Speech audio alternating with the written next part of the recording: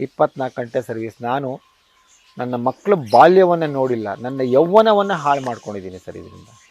24 ಗಂಟೆ ಸರ್ವಿಸ್ ಈ ಥರ ಮಾಡಿಕೊಂಡು ಜೀವನ ಮಾಡಿಕೊಂಡು 75ನೇ ಇಸ್ವಿಯಿಂದ ಈ ಹಾವುಗಳ ರಕ್ಷಣೆ ಮಾಡಿಕೊಂಡು ಇಲ್ಲಿ ತನಕ ಮಾಡ್ಕೊಂಬರ್ತಿದ್ದೀನಿ. ಆದರೆ ಈಗಿನ ಸನ್ನಿವೇಶ ಏನಂದರೆ, ಈಗ ಎಲ್ಲ ಹತ್ರನೂ ಮೊಬೈಲ್ ಇದೆ, ಗೂಗಲ್ಗೆ ಹೋದ್ರೆ ಯಾರ ನಂಬರ್ ಬೇಕನ್ನ ಸಿಗುತ್ತೆ, ಅಲ್ಲಿ ಹೋಗ್ತಾರೆ ಮಾಡ್ತಾರೆ. ಗೂಗಲಲ್ಲಿ ಕೇಳಿದ ತಕ್ಷಣ ಯಾರ್ದೋ ನಂಬರ್ ಕೊಡುತ್ತೆ, ಸ್ನೇಕ್ ಶಾಮ ಅಂತ ಕೇಳಿದ್ರೆ ಹೌದು ನಾನೇ ಸ್ನೇಕ್ ಶಾಮ್ ಅಂದ್ಬಿಡ್ತಾರೆ. ಅಲ್ಲಿ ಹೋಗ್ತಾರೆ, ಎಲ್ಲಿ ಸ್ನೇಕ್ ಶಾಮ್ ಅಂದಾಗ ಸ್ನೇಕ್ ಶಾಮ್ ಬ್ಯುಸಿ ಇದ್ರು ಸರ್, ಅವ್ರು ನನ್ನೇ ಕಳಿಸಿರು ಅಂತಾರೆ. ನನ್ನ ಹೆಸರು ಹೇಳ್ಕೊಂಡು ಸುಮಾರು ಜನ ಹೋಗ್ತಾರೆ, ಹೋಗಲಿ ಬೇಜಾರಿಲ್ಲ. ಈ ಥರ ಮಾಡ್ಕೊಂಡು ಸುಮಾರು ಜನ ಮಾಡ್ತಾಯಿದ್ದಾರೆ. ಸೊ ಈ ಥರ ಜೀವನ ಸಾಗಿಸ್ಕೊಂಡು ಇಲ್ಲಿ ತನಕ ಬಂದಿದ್ದೀನಿ. ಇದ್ರ ಮಧ್ಯೆ ಹಲವಾರು ನೋವುಗಳನ್ನ ತಿಂದ್ಬಿಟ್ಟೆ ಸರ್, ಹಲವಾರು ನೋವು ತಿಂದೆ. ಅವರೇ ಕಾಸು ಕೊಟ್ಟರೆ ಇಸ್ಕೊತಿದ್ದೆ, ನಾನೇ ಬಾಯ್ಬಿಟ್ಟು ಕೇಳ್ತಿರಲಿಲ್ಲ. ಇವಾಗ ಕೇಳ್ತೀನಿ ಸರ್. ಯಾಕೆ ಕೇಳ್ತೀನಿ ಅಂದರೆ, ನನ್ನ ಪ್ರಾಣಿಗಳು ಸಾಕೋಕ್ಕೆ, ನನ್ನ ಗೋಶಾಲೆಯಲ್ಲಿರ್ತಕ್ಕಂಥ ಗೋವುಗಳು ಸಾಕೋಕ್ಕೆ, ನನ್ನ ಈ ಪ್ರಾಣಿಗಳು ಸಾಕೋಕ್ಕೋಸ್ಕರ ನಾನೇ ಬಾಯ್ಬಿಟ್ಟು ಕೇಳ್ಕೊತೀನಿ ಸರ್. ನಾನೊಂದು ಗೋಶಾಲೆ ಮಾಡಿದ್ದೀನಿ, ಅದೊಂದು ಹಲವಾರು ನಾಯಿಗಳಿದೆ, ಪ್ರಾಣಿ ಪಕ್ಷಿಗಳಿದೆ, ಅದಕ್ಕೆ ಆಹಾರಕ್ಕೆ ಸಹಾಯ ಮಾಡಿ ಅಂತ ನಾನೇ ಕೇಳ್ಕೊತೀನಿ. ಅವಾಗೇನಾಯಿತು, ಅವರೇ ಕೊಟ್ಟೆ ಇಸ್ಕೊತಿದ್ದೆ.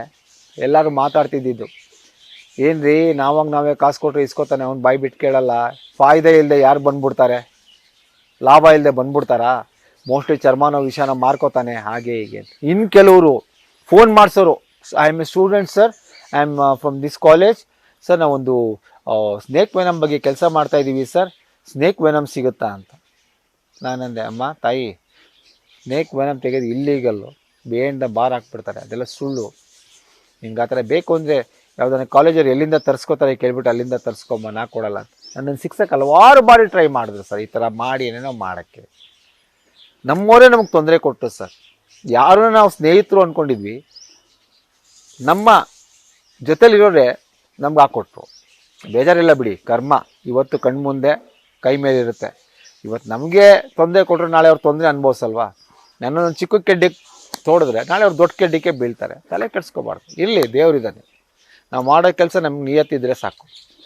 ಆ ಟೈಮಲ್ಲಿ ನನಗೆ ಈ ಮಾತು ಕೇಳಿ ಕೇಳಿ ಕೇಳಿ ಬೇಜಾರಾಗಿ ಕೆಲಸ ಬಿಟ್ಬಿಡ್ಬೇಕು, ಈ ಹಾವಿಡಿಯೋ ಕೆಲಸನೇ ಬಿಟ್ಬಿಟ್ಟು ಆಟೋ ಓಡಿಸ್ಕೊಂಡಿದ್ರೆ ಸಾಕು ಅಂತ ನೆಮ್ಮದಿಯಾಗಿದ್ದೆ. ಅವಾಗ ಚಂದ್ರಶೇಖರ್ ಸರ್ ಕಮಿಷನರ್ ಆಗಿದ್ದರು. ಅವ್ರಿಗೋಗಿ ಕೇಳ್ಕೊತೀನಿ, ಸರ್ ನಾಳೆಯಿಂದ ಈ ಕೆಲಸ ಬಿಟ್ಬಿಡ್ತೀನಿ ಸರ್, ನನಗೆ ಆಗ್ತಾಯಿಲ್ಲ, ದಯವಿಟ್ಟು ಆಗಲ್ಲ ಸರ್ ಅಂತ. ಯಾಕೆ ಈ ಥರ ಅಂದರೆ, ಶಾಮರೇ ಅಂತ ಕೃಷ್ಣ ಪರಮಾತ್ಮನಿಗೆ ಅಪವಾದ ತಪ್ಪಿದ್ದಲ್ಲ, ಅಂತ ದೇವರಿಗೆ ಅಪವಾದ ತಪ್ಪಿದ್ದಲ್ಲ, ನನ್ನ ಕೇಸಲ್ಲೇ ನಿಮಗೆ ಗೊತ್ತು. ನಾನು ಮಾಡದೇ ಇರತಕ್ಕಂಥ ತಪ್ಪಿಗೆ ನನ್ನ ಮೈಸೂರಿನಿಂದ ಟ್ರಾನ್ಸ್ಫರ್ ಮಾಡಿದ್ರು. ತಲೆ ಕೆಡಿಸ್ಕೋಬೇಡಿ, ನಿಮ್ಮ ಕೆಲಸ ನೀವು ಮಾಡಿ, ನಾವು ಜೊತೆಲಿರ್ತೀವಿ ಅಂತ ಹೇಳಿದ್ರು ನಮ್ಮ ಡಾಕ್ಟರ್ ಚಂದ್ರಶೇಖರ್ ಪೊಲೀಸ್ ಕಮಿಷನರ್ ಆಗಿದ್ದರು. ಅವ್ರು ಧೈರ್ಯ ಕೊಟ್ಟಮೇಲೆ ತಿರ್ಗಾ ಶುರು ಮಾಡಿದೆ. ತದನಂತರ ನಮ್ಮ ಪುಷ್ಕರ್ ಸರ್ ಝೂ ಡೈರೆಕ್ಟರ್ ಆಗಿದ್ದರು, ಮನೋಜ್ ಸರ್, ಇವರೆಲ್ಲ ನನಗೆ ಸಪೋರ್ಟ್ ಮಾಡಿದ್ರು. ಫಾರೆಸ್ಟ್ ಡಿಪಾರ್ಟ್ಮೆಂಟವರು ಸಪೋರ್ಟ್ ಮಾಡಿದ್ರು. ಅವ್ರಿಗೆ ಗೊತ್ತು ನಾವು ಏನು ಮಾಡ್ತಿದ್ದೀವಿ ಕೆಲಸ ಅಂತ. ಸುಮ್ಮನೆ ಹಾಕೊಡೋರು ಇರ್ತಾರೆ, ಲೆಟ್ರು ಬರೆಯೋರು ಇರ್ತಾರೆ, ಮುಖರ್ಜಿ ಬರೆಯೋರು ಬೇಕಾದಷ್ಟು ಜನ ಇರ್ತಾರೆ. ಆದರೂ ನನ್ನ ಕೆಲಸ ನಾನು ಮಾಡ್ಕೊಂಡು ಬರ್ತಾಯಿದ್ದೀನಿ. ಸುಮಾರು ರಕ್ಷಣೆ ಮಾಡ್ಕೊಂಡು ಇಲ್ಲಿ ತನಕ ಬರ್ತಾಯಿದ್ದೀನಿ.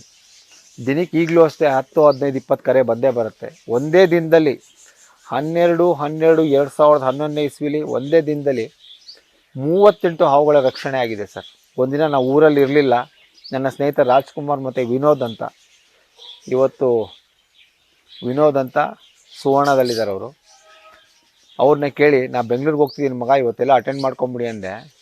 ಬೆಳಗಿಂದ ಸಂಜೆ ತನಕ 12 ಕಾಲ್ ಕೊಟ್ಟಿದ್ದೆ. ಅದೇ ವಿನೋದ್ ಹೇಳ್ತಿದ್ರು ಅವತ್ತು, ಅಲ್ಲ ಮಾರ್ಯ ಹೆಂಗೆ ಇದು ಮಾಡ್ತೇವೆ, ಒಂದು ಏರಿಯಾ ಆ ಕಡೆ, ಒಂದು ಏರಿಯಾ ಈ ಕಡೆ, ಊಟ ತಿಂಡಿ ಇಲ್ಲಿ ಹ್ಯಾಂಗೆ ಮಾಡ್ತೇವೆ ಮಾರ್ಯ, ನಾವು ನೋಡು 5 ಗಂಟೆಗೆ ಊಟ ಮಾಡ್ತಾಯಿದ್ದೀವಿ, ಇನ್ನೂ 3 ಕಾಲ್ಗೆ ಹೋಗ್ಬೇಕು, ಸೊ ಊಟ ಆಮೇಲೆ ಮಾಡೋ ಮಾರ್ಯ, ಫಸ್ಟ್ ಸಾವಿಡ್ಕೊಂಬ ಅಂತ ಹೇಳ್ತಿದ್ದೆ.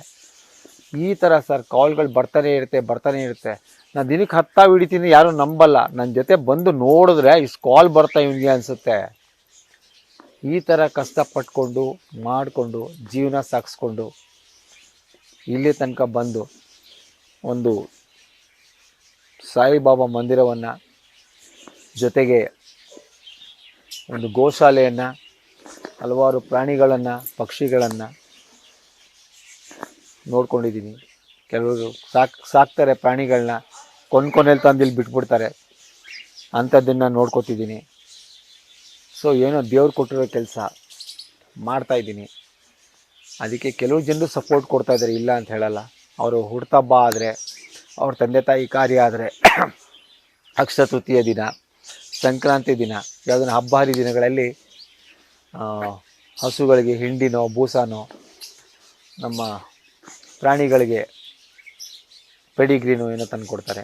ಹಲವಾರು ಜನ ನಮ್ಮ ಪಕ್ಷಿಗಳಿಗೆ ನವಣೆ ತಂದು ಕೊಡ್ತಾರೆ. ಸೊ ಈ ಥರ ಜೀವನ ಸಾಗಿಸ್ಕೊಂಡು ಬರ್ತಾಯಿದ್ದೀನಿ. ಬಟ್ ಏನು ಮಾಡೋದು, ಎಲ್ಲೋದ್ರೂ ಒಳ್ಳೆ ಕೆಲಸ ಮಾಡೋರಿಗೆ ನೋವು ಇದ್ದೇ ಇರುತ್ತೆ, ನೋವು ಕೊಡೋ ಜನ ಇದ್ದೇ ಇರ್ತಾರೆ. ಯಾಕೆಂದರೆ ನಾವು ಕಷ್ಟಪಟ್ಟು ನಾವು ಬೆಳೆದು ನಮ್ಮ ಕಾಲ ಮೇಲೆ ನಿಂತಿರೋದು, ಯಾರನ್ನೂ ಏನು ಬೆಗ್ಗಿಂಗ್ ಮಾಡಿಲ್ಲ. ಆದರೂ ಹೆಸರು ಮಾಡ್ತಿದ್ದಾನೆ ಅಂದರೆ ತೊಂದರೆ ಕೊಡೋ ಜನ ಜಾಸ್ತಿ. ಎಫರ್ಟ್ ಆಗ್ತಾ ಯಾರಿಗೂ ಹೆಸರು ಬರಲ್ಲ. ಅಷ್ಟು ಕಷ್ಟಪಟ್ಟು ಮಾಡಿದ್ದೀವಿ. ಈಗ ನಾನು ಎಷ್ಟು ಕಷ್ಟಪಟ್ಟಿದ್ದೀನಿ ಅಂತ ನನ್ನಿಂದ ಚಿಕ್ಕಂದಲ್ಲಿ ನೋಡಿದ್ರು ಇವತ್ತು ರುದ್ರಪ್ಪನವರು ಅಂತಿದ್ದಾರೆ, ಅವ್ರನ್ನ ಕೇಳಿ ಹೇಳ್ತಾರೆ. ಅವ್ರ ಮನೆಗೆ ಒಂದು ಹಾವು ಬಂದುಬಿಟ್ಟಿತ್ತು ನನಗೆ 6ನೇ ಕ್ಲಾಸು.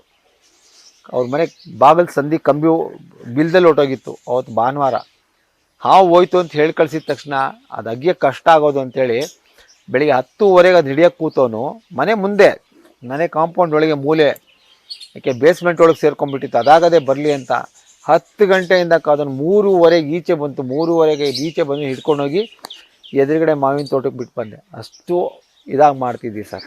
ಅದು ಏನು ಮಾಡೋಕ್ಕಾಗಲ್ಲ, ಜನ ಇರ್ತಾರೆ ಅನ್ನೋರು ಅಂದ್ಕೊಳ್ಳಿ, ಏನು ಮಾಡೋಕ್ಕಾಗಲ್ಲ.